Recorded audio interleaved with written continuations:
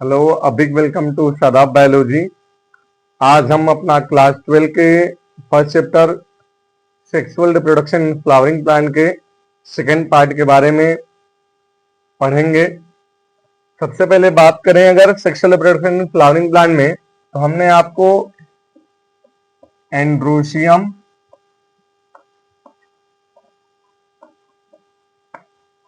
और गायनोशियम के बारे में बता दिया था। आज हम स्पेशली डिस्कस करेंगे एंड्रोशियम के बारे में, गायनोशियम के बारे में और इनमें होने वाले प्रोसेस के बारे में। तो सबसे पहले हमने आपको बताया था जो सेक्सुअल रिप्रोडक्शन होता है फ्लावरिंग प्लांट में, इनमें 3 स्टेज पाई जाती हैं। एक पाई जाती है प्री फर्टिलाइजेशन,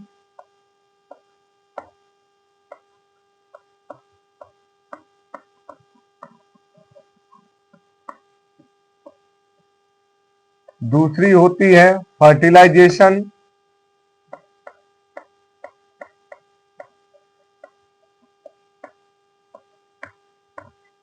और अगली होती है पोस्ट फर्टिलाइजेशन।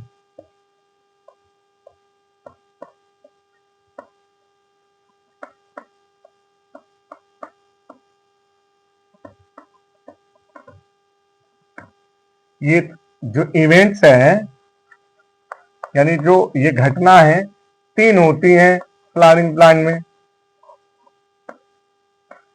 अब फ्लावरिंग प्लांट्स का मतलब हमने बताया था ऐसे प्लांट्स जिनके पास फ्लावर पाए जाएं, ऐसे प्लांट्स को फ्लावरिंग प्लांट्स कहते हैं। और फ्लावरिंग प्लांट्स में कौन से प्लांट आते हैं? वो आते हैं एंजियोस्पर्मिक प्लांट।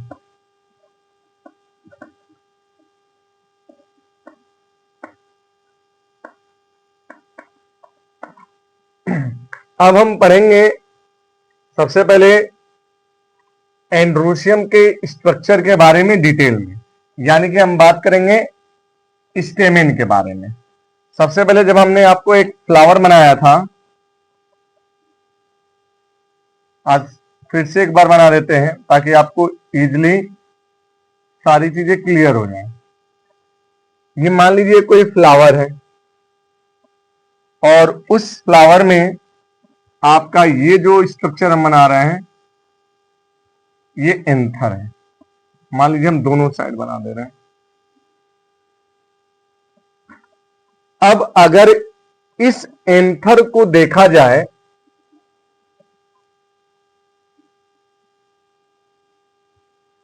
तो जो जनरली एंजियोस्पर्मिक प्लांट्स होते हैं उनका जो एंथर होता है वो बाइलोब्ड होता है।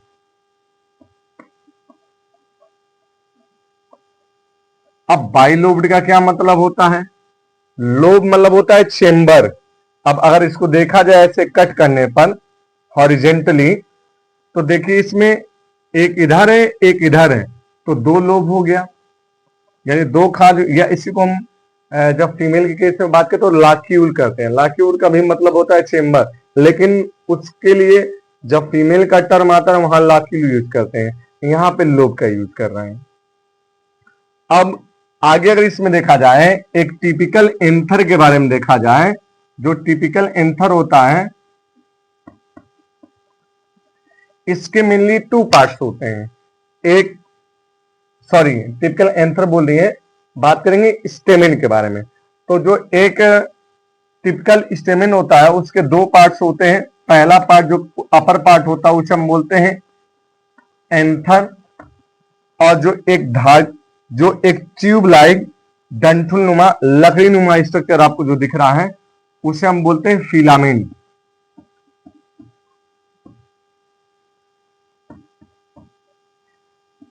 अगर बात करें इसमें एंथर के बारे में, तो जो एंथर होता है वो फिलामेंट से जिस टिश्यू से अटैच होता है या जो टिश्यू इन दोनों को जोड़े रखता है उसे हम बोलते हैं कनेक्टिव टिश्यू।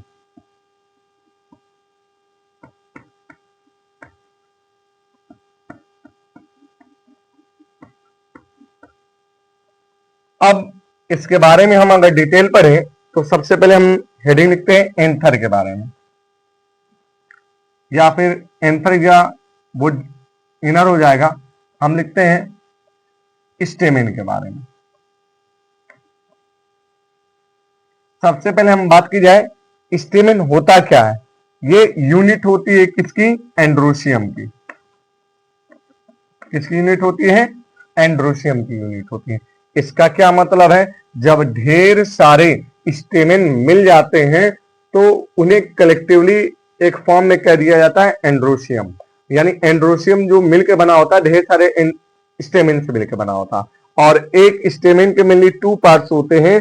जो अपर पार्ट्स होता है उसे हम बोलते हैं एंथर, जो नीचे वाला हिस्सा होता है सिलेंडर जैसा, यानी कि अगर इसको एनसीईआरटी में लिखा हुआ सिलेंडर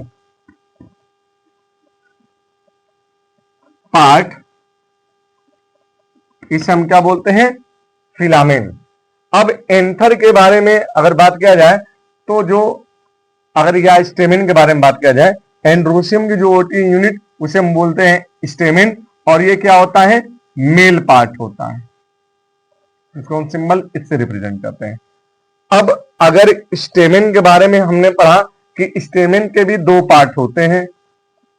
एक आपका होता है एंथर और दूसरा आपका होता है फिलामेन। अब हम स्पेशली पढ़ेंगे एंथर के बारे में। सबसे पहले तो एंथर के बारे में अगर देखा जाए, जो एंजियोस्पर्मिक प्लांट होते हैं मोस्टली उनमें ऐसा एंथर पाया जाता है बाइलोब्ड का। अब अगर इस स्ट्रक्चर को कट करके देखा जाए, यानी कि इनर साइड इसका स्ट्रक्चर अगर देखा जाए तो ये कुछ ऐसी संरचना बनाता है।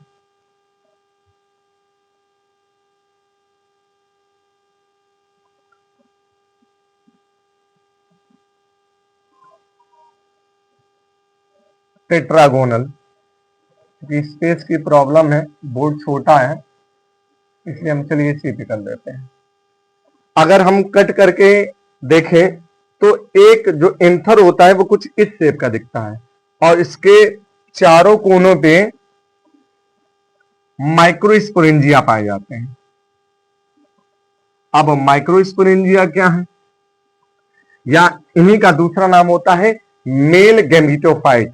ऐसा प्लांट का स्ट्रक्चर जो मेल गैमीट को आगे चल के बनाएगा या मेल गैमीट को कैरी करता है उसे हम बोलते हैं मेल गैमीटोफाइट। लेकिन यहाँ पे अभी मेल गैमीट बना नहीं है, बनने से पहले की प्रोसेस हम पढ़ रहे हैं, क्योंकि हमने बताया था फ्लावरिंग प्लांट में 3 स्टेज होती है जब वो रिप्रोडक्शन करते हैं। सबसे पहले होता है प्री फर्टिलाइजेशन।